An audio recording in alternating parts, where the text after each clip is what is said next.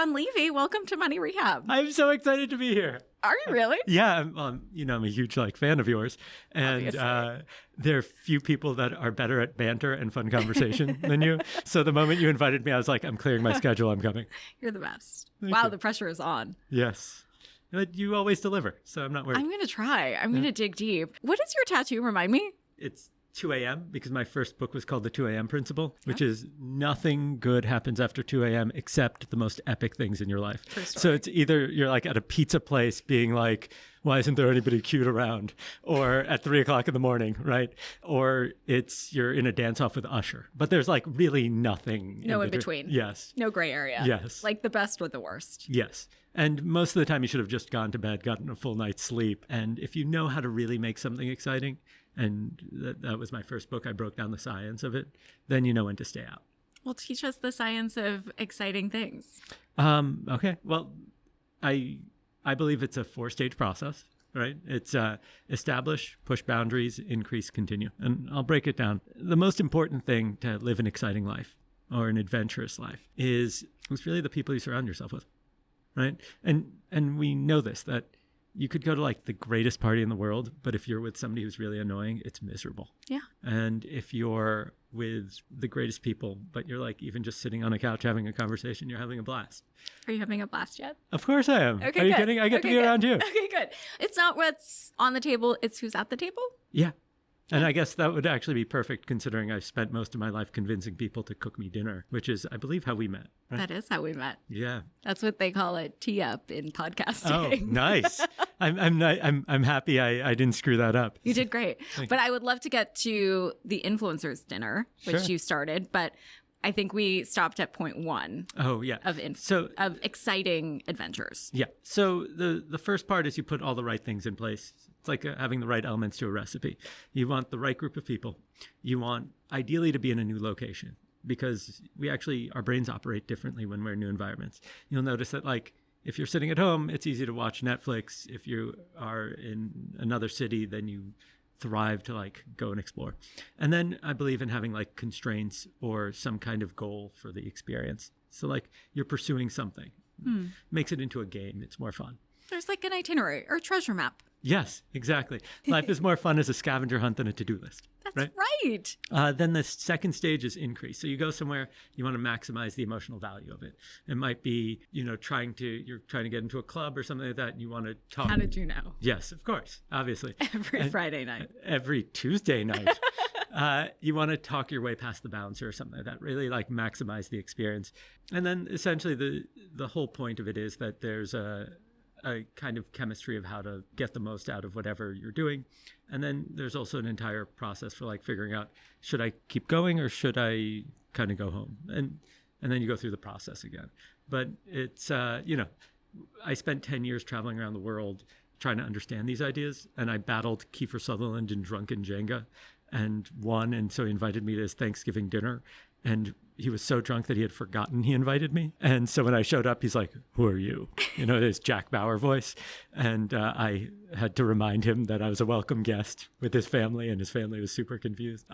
One time, within 10 seconds of meeting the woman behind the duty-free counter at Stockholm Airport, she quit her job and started traveling with me and my entire family for a week around Israel. As you do. Yeah, as one does. I, got crushed by a bull in Pamplona and almost died during running of the bulls and ended up in the hospital. It was like, all these kind of wild experiences and collecting stories. Yeah, basically. And that was my first book, was all the science and everything.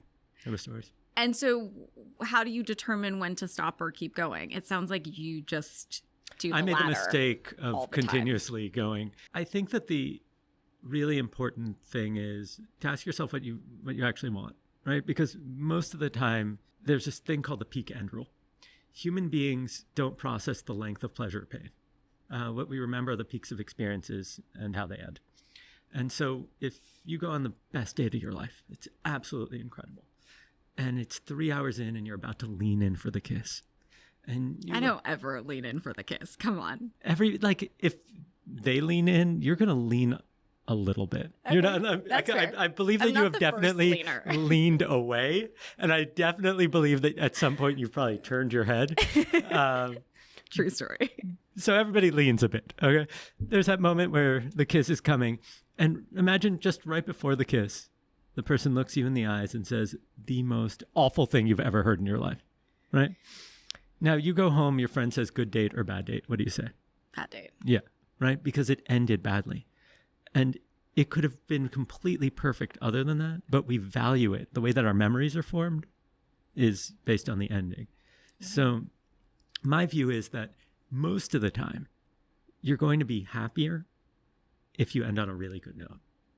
And once you get like that really good peak or that really good ending point, you don't have to be the last one to leave the party. And on a high note. Yeah, end on a high note and then get a full night's rest so that the next day you're not regretting it. Because if you burn out and it's a terrible end note and then you're exhausted and you've gone overboard, then you're less likely to actually participate in experiences and go out in the future. Then you're limiting your growth. Well, you've had a lot of growth from Kiefer, Mr. Sutherland, to the duty-free woman and Bulls and Pimploma and beyond. How do you replicate that with what you do at the influencers dinner? You don't even have to go to drunken Jenga night to experience some of that connection. So just to give some context to somebody who hears this, I've spent most of my adult life convincing people to come to my home, cook me dinner, wash my dishes, clean my floors, and oddly, they've thanked me for it and apparently still want to talk to me from time to time. That's true. That's how we met. Yes. It's been now 13 years, close to 300 dinners, over 2,600 guests, I'm guessing. And they come, you know this, we all cook dinner together with a catch. You can't talk about what you do or give your last name. And then you find out that who are some of the people that you've gone to dinners with? Right? Maybe. Daily Show? Oh, Roy Wood Jr. Roy Wood. Clearly, that was... Yeah. Roy Wood. Yes. Roy Wood Jr. Yes. Who I've done his podcast and he's things fantastic. Since then. He is fantastic indeed. Astronauts. Yeah, Nobel so laureates, many astronauts, Olympians. Nobel laureates, Yeah. CEOs, artists, like a whole eclectic bunch. Yeah. I missed Bill Nye. He's shown up. He misses you though. Always. Yes. Dr. Ruth. Yes, that right? was a good one. Yeah. You have a whole smorgasbord. So like I don't know how I got the email originally, but it shows up in the inbox that's like influencers dinner. And worst name ever. It is the worst name ever. I named it. Oh my God, it's so bad. I named it 13 years ago where as a behavioral scientist, I was studying what influences our decisions. And then Instagram comes out. I know. And Instagram. Everything for me. I'm actively searching for a new name. Yes. Stand down, sir. You should get a new name. Yes, and I should have Kevin Systrom pay for the consulting firm to cover it. He owes me punitive damages. It was like, I don't want to go to this, was my first thought.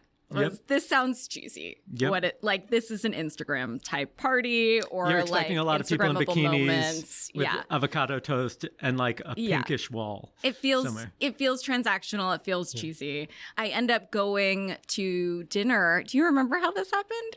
The very first time I met you, actually, I went to dinner with a girlfriend of mine, Daphne Oz. Oh, yeah. I think it was at Soho House. It sounds very fancy. And you were there and you come by and say hi to her. And she says, do you know Jon? And I said, no, I don't.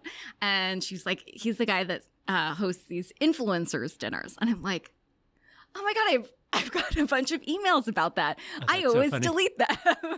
She's like, no, you should go. And I was like, really? She's like, no, I know, but go. And so I did. And she told me to go. And so the next one I could go to, I showed up at your house. Yeah. On the Upper West Side. Yeah. And I had no idea what to expect. But I was pleasantly surprised. You know, so you asked, what have I learned from kind of these adventures that apply? And there's a few things. The first is after running all these dinners, the biggest and most unexpected thing I learned is that no matter how successful people are, they generally don't feel like they fit in. Olympian knows that it was like 1/1000th of a second or whatever it was. And next time they might not even make the team. And the Nobel laureate was like, oh, I was lucky to do that area of research. If I just went a slightly different direction, my life would be completely. Or the CEO knows that that quarter they did great, and the next quarter earnings might be terrible and they'll lose their job. And what's really clear to me is that no matter where I am in the world, if it's, battling a bull in Pamplona or something like that, or getting a bunch of executives to cook a meal, all of us really just want to feel like we fit in. Like we have friends and that we really belong. Everybody feels awkward. Yeah. I feel extremely awkward. Do you? All the time. Yes. Really? Yeah. And I feel like I'm a secret introvert. Oh, that's so wild. So like here from the outside, when people see you, they see this very successful, very smart, incredibly attractive person who, Thanks, Jon. like they think, oh, she's an adult and has her shit together, right? I think. Yeah, and that's kind of funny. Like you would assume because of who I hang out with and the kinds of things, I don't have a clue half the time what I'm doing. But what I'm really clear on is that all of us kind of want to feel like we fit in.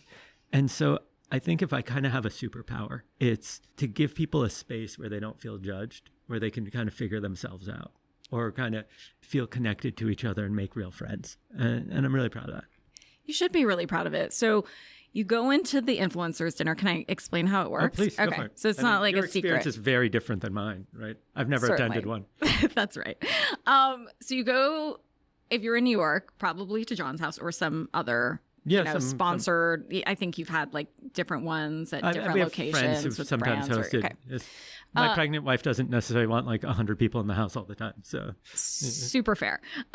Take off your shoes at Jon's house is what I remember. And you learn that the house rules are don't talk about what you do for a living. Mm-hmm. And I've attended a few of your dinners, and I talked about them in my third book. Oh, wow. Did you not know this? No. I have to give it to you. I tracked the progression of the dinners I went to by how well I could talk about things I wasn't doing with regards to work. And it almost served as a barometer for my balance, my life balance. And so I found that when I was struggling to have a conversation, because the house rules don't talk about what you do for a living. You make Mexican food at different stations. You go around like guacamole, whatever. You talk to different people, just not about what you do for work. And then you sit down and everybody guesses what you do. That's my least favorite part of the dinner, by the way. It feels judgy and like judging kind of. I got club promoter, Instagram person. It was weird. It definitely, so it felt like to me a little judgy in that sense, which was fine. I will point out though, when the guests come in and I introduce what the activities, I say, as we're cooking, each of you has a job. Do you know what that is? And everybody says to cook or something like that. And I say, no, it's to judge each other silently, because you want to come up with like guesses for people. Sure. Now, here's what I'll say is kind of interesting for most people. Maybe it wasn't enjoyable for you, is to have people give a perspective of you independent of the way the world already sees you. And so I think it's one of those things that's useful. It may not always be flattering. Both are true. Yes. And for me, when I was able to talk about random adventures that I did, I really like to do like random classes, latte art making. Latte art, like the things on the cover of the latte? Yeah, totally. I find it meditative. I find like random classes to be quite meditative. I don't like to do typical meditation. But when I can talk about things like that or adventures or weird trips that I've taken, then I feel like I'm in a good place when it comes to balance. When I can't, and when I'm really struggling, and I'm like, this guacamole, yum, yum, and like I have nothing else to say, then I think that, generally my life is a little off balance or out of whack. Sure. And so that was a good benchmark, a sneak attack benchmark for me to judge, like, how much am I contributing to my adventure bucket? Or my joy bucket, as Melinda Gates calls it. And if I'm not, then it's kind of empty and I should fill her up. So what are you filling it up with now? That is a wonderful question. I probably should get myself to another one of your dinners to remind myself that launching a full network is not as conducive to random adventures, but I'm having fun doing that. So I'm hoping that the next conversation you have, you tell people about this interview and how much fun you had. But maybe not. You're like, probably not. Okay, moving on. It's always fun to talk with you. You have such great insights, and the way you communicate them is democratizes and makes science accessible, because you've really gone back to the science, which I appreciate, because a lot of this stuff can feel woo-woo. Oh, yeah. Right? Oh, yeah. But you're like a data nerd. Yeah, it's why I in the guesses, I tell people you're not allowed to guess people's aura. Or Thanks. I appreciate the footnote. Yeah, it's literally like a rule of the dinner. I'm like, no, we're not doing that. This, especially in LA. Yes. I think you emphasized that in LA. I did. I said, don't do the other thing that the other LA people try and do. We're not doing that. We didn't do that. No, I'm a scientist. This is not going to happen.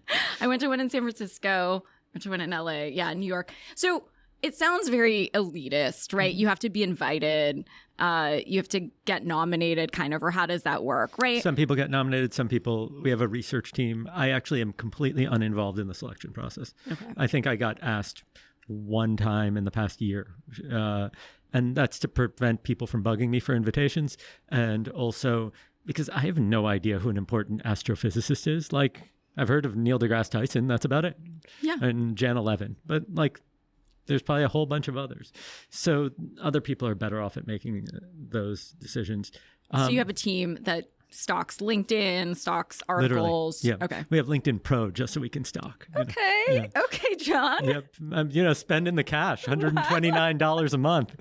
Big spender. I know, serious. Don't need any money rehab. I will take any and all money rehab. It's one of these kind of funny things. I grew up with parents that were born in pre-Israel Palestine. So 1940, Tel Aviv and Haifa in what became Israel. We didn't talk about money in the house. My father was a painter and sculptor, so I was always scared we didn't have money.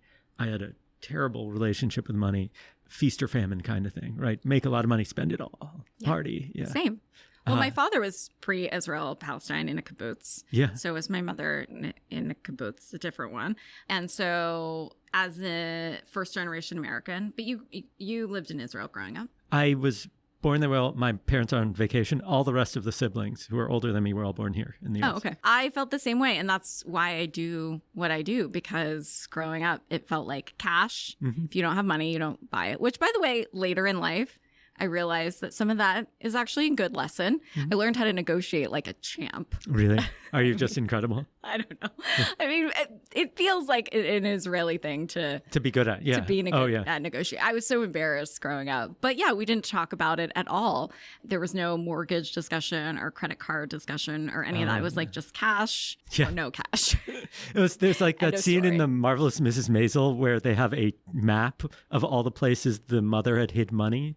And they're trying to like, that's right. And that's kind of what it felt like. Like post World War II, we hide lots of money in different places. Listen, it's having a scavenger hunt for money is better than a to-do checklist. List, I agree. For me, it was like mind-boggling that it wasn't just a technique; it was a completely different language. Yeah. It's like learning French in order to kind of tackle these things. And I think that's also one of the reasons that when people ask what started the dinners, there was this crazy scientific study by these two guys, Nicholas Christakis and James Fowler. They were curious about the obesity epidemic. Have we ever talked about this? No. All right. So in the early 2000s, the big hot topic was obesity. But when we talk about epidemics, there's kind of two types. There's ones that are a percentage of the population, right? Like X percent people have this. We have to be concerned about it. The second is the ones that pass from person to person, like coronavirus. If you sneeze, you could get somebody sick or cough or whatever. But with like Alzheimer's, you're like, to the best of my knowledge, if I shake hands with somebody who has Alzheimer's, I don't get it, right? They were curious what kind of epidemic was it? And what they found was absolutely shocking. They found that if you have a friend who's obese, your chances of obesity increase by 45%. Your friends who do not know them have a 20% increased chance, and their friends, people you've never even heard of, have a 5% increased chance. And this kind of effect is true also for happiness, marriage and divorce rates, smoking habits, voting habits. Basically, everything is contagious from person to person. And so the reason I started the dinners was I was sick and tired of setting an alarm at 6 a.m., hitting snooze 20 times, not going to the gym, and then hating myself the rest of the day.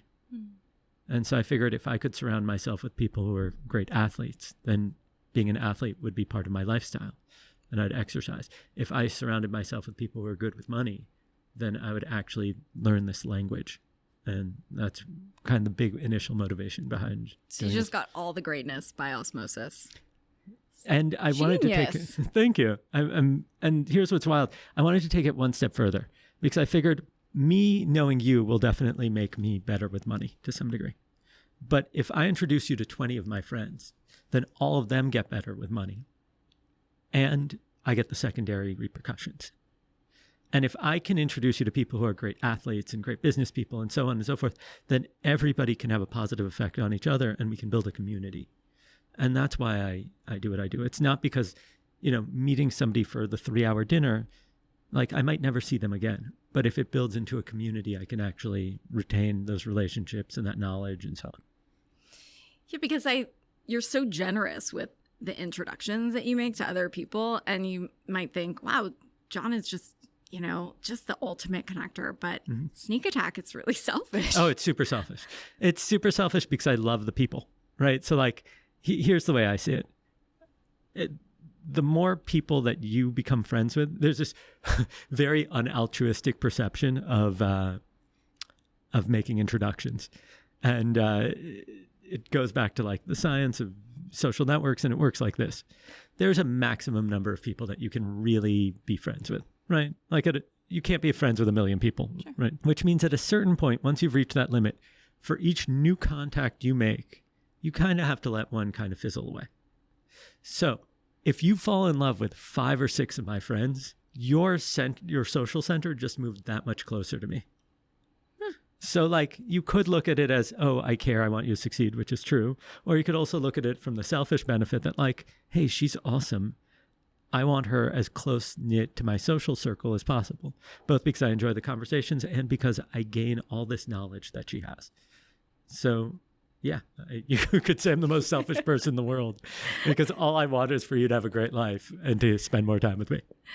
You're welcome. Yeah, it's been fantastic. So if somebody isn't invited to your dinner, yeah, what should they know? How can they use those principles in their own network building, if you find there is a difference, I do, between building a network and networking in their own lives? So the first thing I'd say is nobody actually likes networking, right? In fact, when you look at the research, people's emotional response, like their implicit response, is feeling dirty and wanting to wash.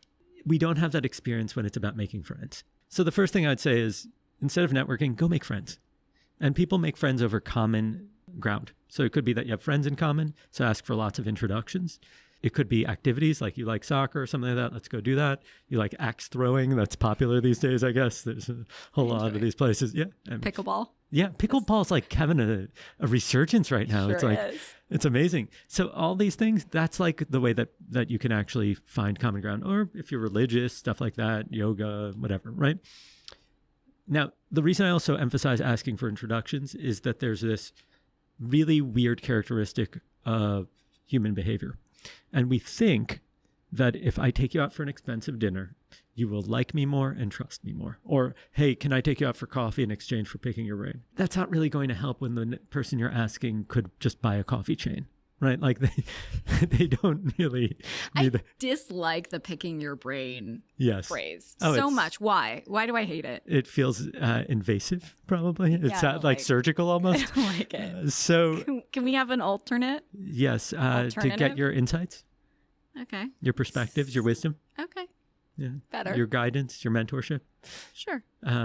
If you want, I could continue to Thoris-size. I don't know what the proper conjugation of that is. Now, here's what's funny. That stuff doesn't work. You cannot buy the relationship with food or coffee. What you can do, though, is the exact opposite. And it's called the IKEA effect. And it says that we care more about our IKEA furniture because it's a pain in the butt to assemble. So anything we invest effort into, we care about disproportionately. So my first recommendation is find ways to get people to put in small amounts of effort into your relationship. So instead of asking to take you to coffee, I'd say, hey, I loved your books. I read them. They're fantastic. Is there another author that you really recommend I check out? Then once you invest the effort into me by answering that question, then the next thing I do, you'll be more likely to actually fulfill on. It's called stacking. But if you want to get to know me and then you're asking me to do something for you and I don't even know you, why would I want to do that? If it's a small enough lift, okay, which is like, oh yeah, my favorite author is X. Done, right? That's like a quick email to clear. The classic example is asking for directions. If I ask you for complex directions on the street, you're probably not giving them to me. If I ask you for the time, you are. Then if I ask you for the directions, you almost always give them. Because once I'm viewed as worthy of effort, I'm viewed as worthy of more effort. And that's why at the dinners we cook together. Because it's the invested effort into one another that causes the bonding to happen quickly. It's why I recommend people go on hikes or do fitness classes together or volunteer work or build something, whatever it is, do some art class or write a song, whatever, right? That shared effort is what actually will create bonded experience, make you feel like you know each other disproportionately well. I dislike small talk. Mm-hmm. How do I navigate that? What is the best way to break the ice, the proverbial ice, or to start a quick conversation to get to know somebody, especially if you're feeling extremely awkward asking for a friend? As somebody who spent his entirety of his 20s and 30s feeling awkward, I've put a lot of things to the test. So first thing is to look at what you want from the conversation. The human brain really responds to novelty when something stands out as unique or different. And we're all kind of sick and tired. I wrote a post about this, that like if anybody asks me for who are the 3 people you'd most want to have a dinner with of all time, like, come on, everybody's asked that question. Let's move on. Ask something like wildly more unique. Like if I were to bump into you at an event, I might say, do you look like a green screen? Do you walk around with your own green screen? It's amazing to just in case of emergency, you have it ready. In case of an emergency weather report that I need to do. Which, speaking of, I dislike weather small talk so much. Oh, the worst. I want to blow my brains out. Yeah. So oh my God, it's raining. Yeah, duh. Why do people do that? Because they don't have anything else to talk about. I realized this one day when I was at a soccer match. I was watching it, and a woman walks up, and she's like, "Oh, I'm looking for so-and-so." I was like, "Oh, I don't know who that is." "Oh, he's my agent. I'm a model." And I realized that she wasn't saying that to be like pretentious or anything. She just didn't know what else to talk about. And I get it. Like, we as human beings are awkward. Our social skills have gotten worse and worse generation by generation. We kind of peaked in the 1950s where we were involved in social activities like all the time. And then the TV entered the house and our social skills decreased along with post-war sentiment. So like there's this whole process. We have less friends than ever. In 1985, we had about 3 besides family. By 2004, 19 years later, we were down to 2. Now it's even less. Like, our social skills have gotten worse, right? Just to get back to the whole thing on, like, can you ask? I ask, like, really... Instead of, like, who would you go to dinner with? Yeah, you would ask...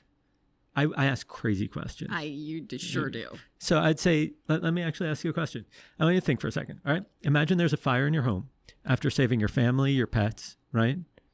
You can go back for one item. What would you go back for? Probably...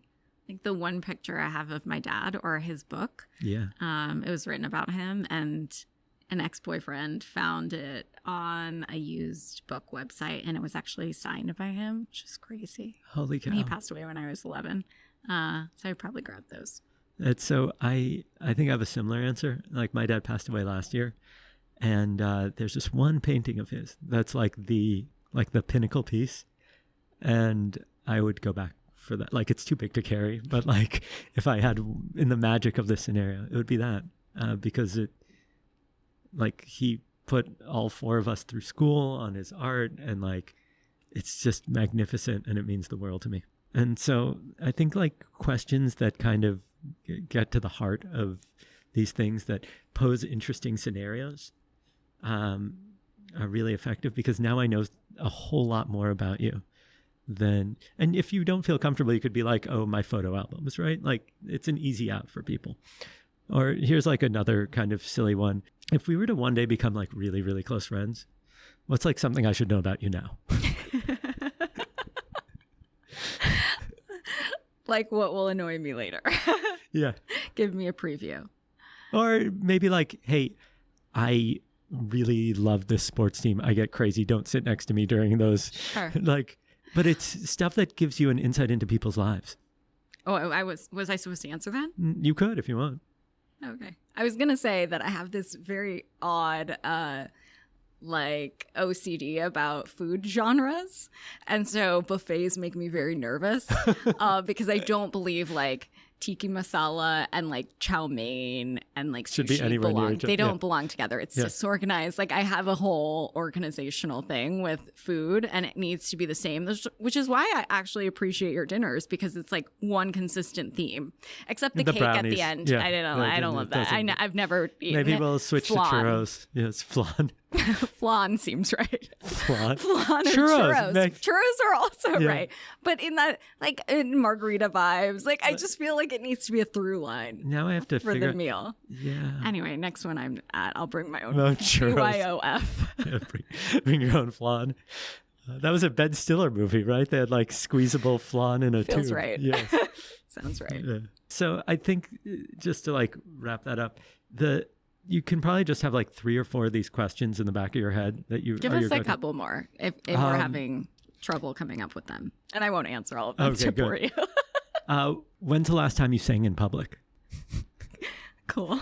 Like there's something I was going to say sing in the shower, but like in a post Me Too world, like Are you just coming up with these like on the spot, or have you thought of these? no. There's actually a great list of them that's was from the 37 questions that you. Oh yeah, So 36 questions. Was it 36? For Whatever. love? Yeah. The New York Times thing. Yeah. But so that Or maybe what's it's- interesting something about it, like however many, right? Like we could also We have know. a secret 38th question, the two of us. What's interesting about it is so like you can start off with what did you want to be when you were a child, right? All the way through to do you have a habit of like do you always take your left shoe off before you right shoe, or stupid stuff like that, right? All the way through to is there a song you want played at your funeral? Right? Like that's a much more like heavy, serious. Yeah. Like for me, it's Amazing Grace played on the bagpipes. I don't know. I just think it sounds awesome. Agreed. Yes. But you can't say something like that if you're just meeting somebody. Which is why Yeah. people say like the weather stuff. Oh, it's so hot. You know, you can't go in. You can't go in hot to a conversation like, "What would you? I Hey, John, disagree. nice to I meet you. actually What disagree. would you play at your funeral? What would you have played at your funeral?" I disagree completely. I think it has to do with just the sentence and a half that you say right before that. Such If I say, hey, you might know I'm a behavioral scientist. I was just examining a collection of kind of wild questions. Mind if I ask you one? Okay, Or I say, like it. I was reading an article. Did you ever actually read this 37 questions article in the New York Times? They had the wildest questions. Mind if I ask you one? Like when I was researching my first book, I would tell people, hey, I'm a scientist. I'm writing a book about the science of adventure. Can I ask you some questions?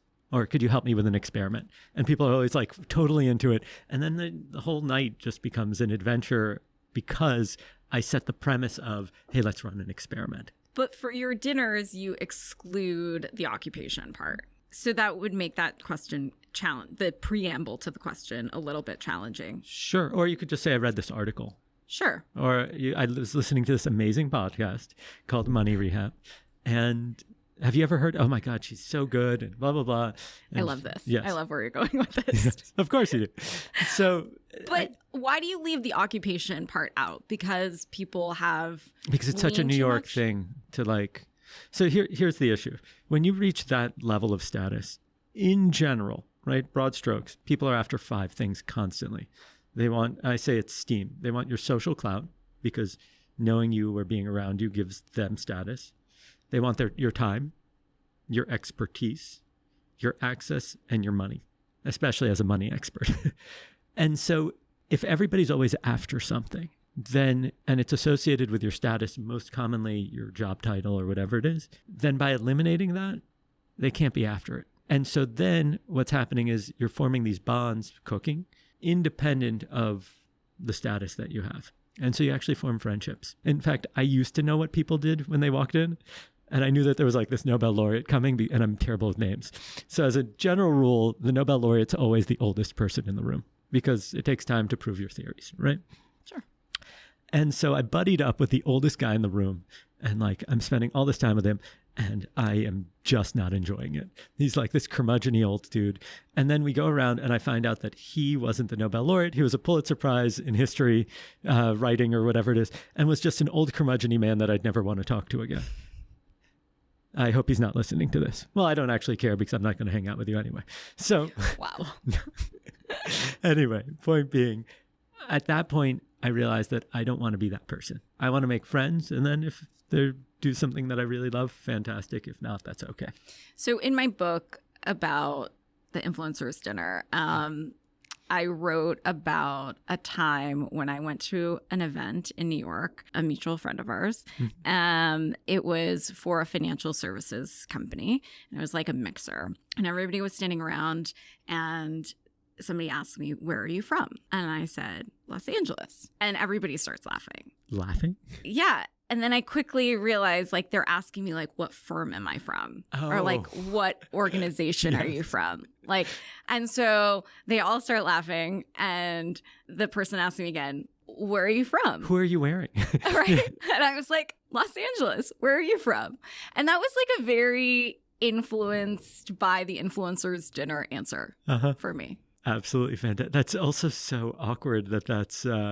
Right? But it's a New York thing. Yeah, it is. That it you really is. rely on your occupation for your identity. And I think what you're doing that's so wonderful is you're breaking past that. It's interesting because Jonah Berger, who's a University UPenn professor, did a bunch of studies on kind of like these status jobs and so on.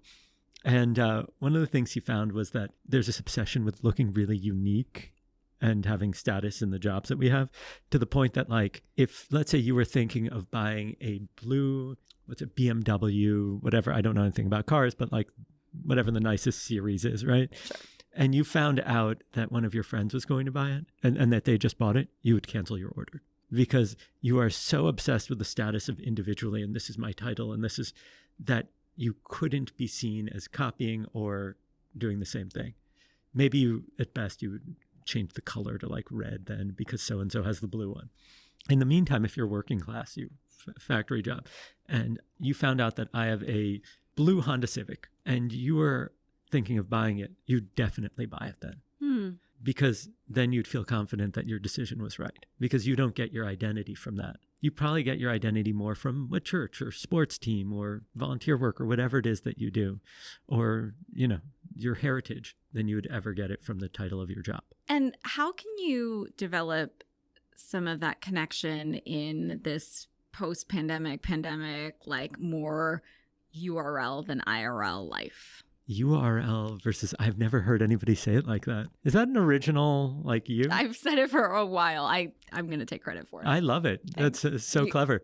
Our avid listeners have heard the joke several times. So let's say what we're really talking about is how do we connect and build trust at distance? And to understand that, I think it's important that we understand what the base unit of trust is. It's called a vulnerability loop.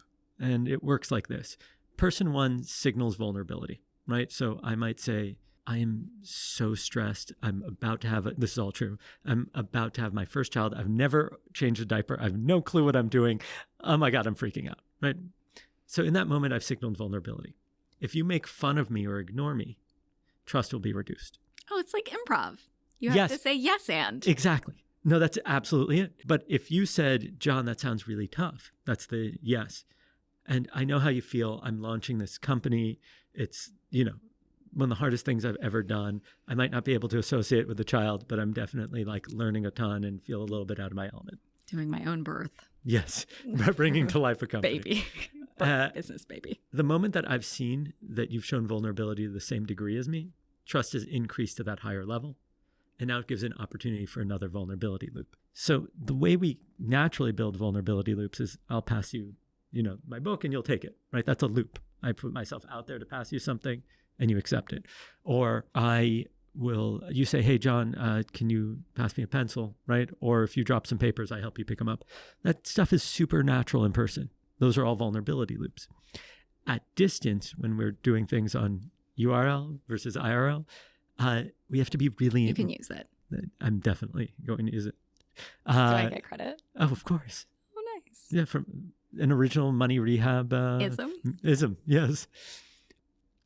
So the issue is that we have to be super intentional about it. So if I'm on Zoom with you or Teams or whatever, right, and I see your background, I'd be like, oh, that's awesome. You have a money rehab sign. Where'd you get that? So I'm using the environment around us to begin to open those vulnerability loops. Or if you say, you know what the first thing that we say when we get on those calls? It's either, how are you doing? Or it's, where are you? If you actually answer those questions the real way, then you actually open and close vulnerability loops. So if you ask John, how are you doing? And I say, oh man, I'm super excited. I have this kid on the way. I'm a little nervous. I've never changed a diaper. Do you have any kids? I mean, do you have any advice? So suddenly you've opened the loop by asking the question. Most people are expecting, oh, great. But I actually use it to show you some of my humanity in a way that, and here's what's really important, it doesn't damage my credibility or my status, right? Me not knowing how to change a diaper, literally everybody's been there at some point. If I was saying like, oh my God, I just got booked for this thing, I don't know if I can do it. And they're like, we're hiring you for the same thing. Right. Like not a good vulnerability loop to be sharing in that environment. Yeah. I think the pandemic made the question of how are you something that people more readily answered, honestly. I think you're right. I think especially at that peak of being stuck at home, like I'm anxious, you'd hear that a lot more. Yeah. Because it was a throwaway. Yeah. Like, how are you? Fine. Yeah, good. You? Yeah. How's the weather? Yeah. Don't even joke about that. I will not be answering that. Check a weather app. We can talk about other things. So annoyed with it. Like nobody, if anyone listening now, please don't ever ask me about weather. It feels like nails to chalkboard. How do you maintain relationships? Oh, that's after you've created them. You're very good at it. So there's a few things that I do. One is I constantly invite people to be introduced. It causes me to be in touch with others, regardless if I'm going to meet up with them or something like that. You introduce other people to others in your network. When I meet somebody, I say, I want you to know that like my superpower, I'm not the person with piles of money, but I am, don't get me wrong, I make great money, like all that, right? But I'm not a billionaire. What I am, though, incredibly wealthy in is relationships. And so if there's anything you're ever dealing with, I want you to know you have an open invitation to ask for an introduction, if there's medicine, entertainment, whatever it is. And so I spend probably like 20 minutes a day just typing out introductions to people. And that does a couple of things. One is it does that very selfish thing that it gets you closer to me. And two, I love the idea that it creates a new future for people where I don't have to do any more work, right? Like, if I have a kid, I have to spend the next 18 plus years caring for it. If I make an introduction, suddenly your life is potentially changed without me having to do any more work. I love that. Do you ask people before you make the intro? I normally double opt-in. Is that what you mean? Yeah. Like I check with both people? Normally, yes, except for very specific people that I have an open invitation, because it's always like they've come out so far ahead from the intros that they're like, you could literally introduce me to a serial killer. I'll still be happy, right? The other thing I do is I keep a list of people in different cities.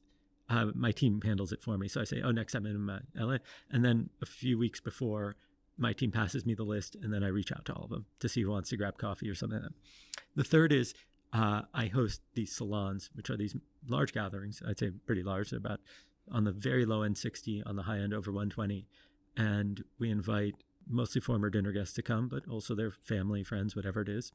And we have kind of 3 famous speakers come and surprise people. So it'll be Bill Nye or when the Roots will perform or whatever it is, right? And we explore ideas and have conversations, and it's super fun. And most recently, one of the ones we did was not a New Year's. So it was on the 30th rather than the 31st. And it started at 8 and had to end before midnight. So the introverts didn't feel obligated to stay out late. Smart. Yeah, you got to build for introverts. Otherwise, they don't show. Optimize for us. Yeah. Extroverted introverts, as my shrink tells me. Yes. But you never pay people to do those speeches. Never.